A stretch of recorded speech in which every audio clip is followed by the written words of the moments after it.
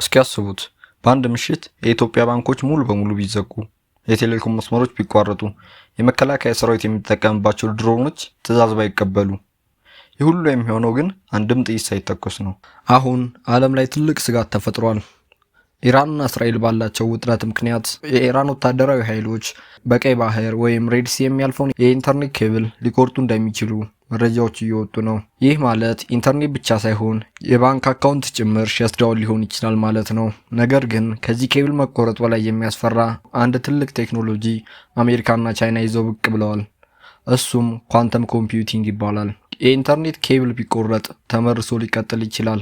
የኳንተም ጥቃት ግን የባንኮችን ዲጂታል ቁልፍ ወይም ኢንክሪፕሽን ሰባብሮ በመግባት በባንኩ ስር ያለውን ገንዘብ የትም ሊያደርሰው ይችላል። ዛሬ የምናወራው ኢራን ኬብሉን ብትቆርጠው ብቻ ሳይሆን ኳንተም ባንኮችን እንዴት ዜሮ ሊያደርግ እንደሚችል ነው። አብራችሁኝ ቆዩ።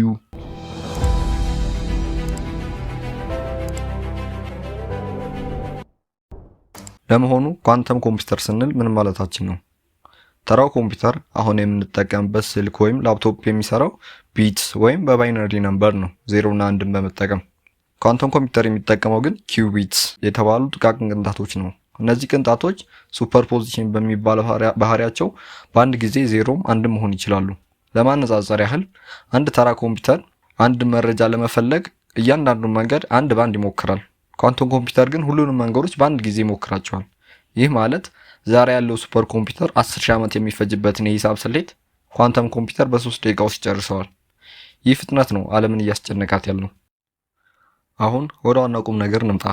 ዛሬ የምንጠቀመው ኢንተርኔት፣ ባንክና ወታደራዊ መገናኛዎች የተቆለፉት ኢንክሪፕሽን በሚባል ዘዴ ነው።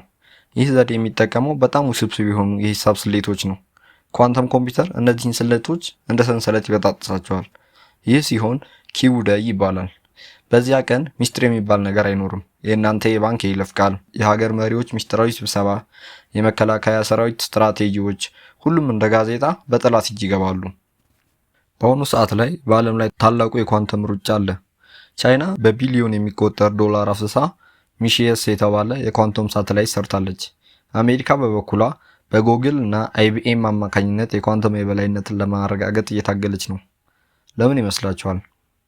ምክንያቱም መጀመሪያ ኳንተም ኮምፒውተር የሰራ ሀገር ሌላውን ዓለም ዲጂታል ቅኝ ግዛት ያደርገዋል ወይም በዲጂታል ቅኝ ግዛት ይገዛዋል ማለት ነው። የሌላው ሀገር መብራት ማጥፋት፣ ባንክ መዝጋትና የጦር መሳሪያ መቆጣጠር ይችላል። ይህ ጦርነት ከኒኩለርም ቦምብ በላይ እጅግ በጣም አደገኛ ነው። አሁን ወደኛ ሀገር እንመለስ። ኢትዮጵያ በዲጂታል ሽግግር ላይ ትገኛለች። ነገር ግን አብዛኛው የምንጠቀም ቴክኖሎጂ ከውጭ የመጣ ነው።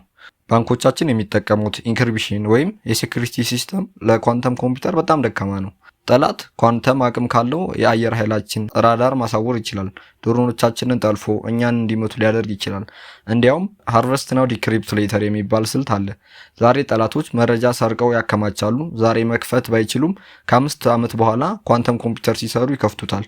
ይህ ማለት የዛሬ ምስጢራችን ለወደፊቱ አደጋ ነው ማለት ነው። ታዲያ ኢትዮጵያ ይህን የኳንተም ጦርነት ለመከላከል ምን ማድረግ አለባት? መፍትሄው እጃችን ላይ ነው።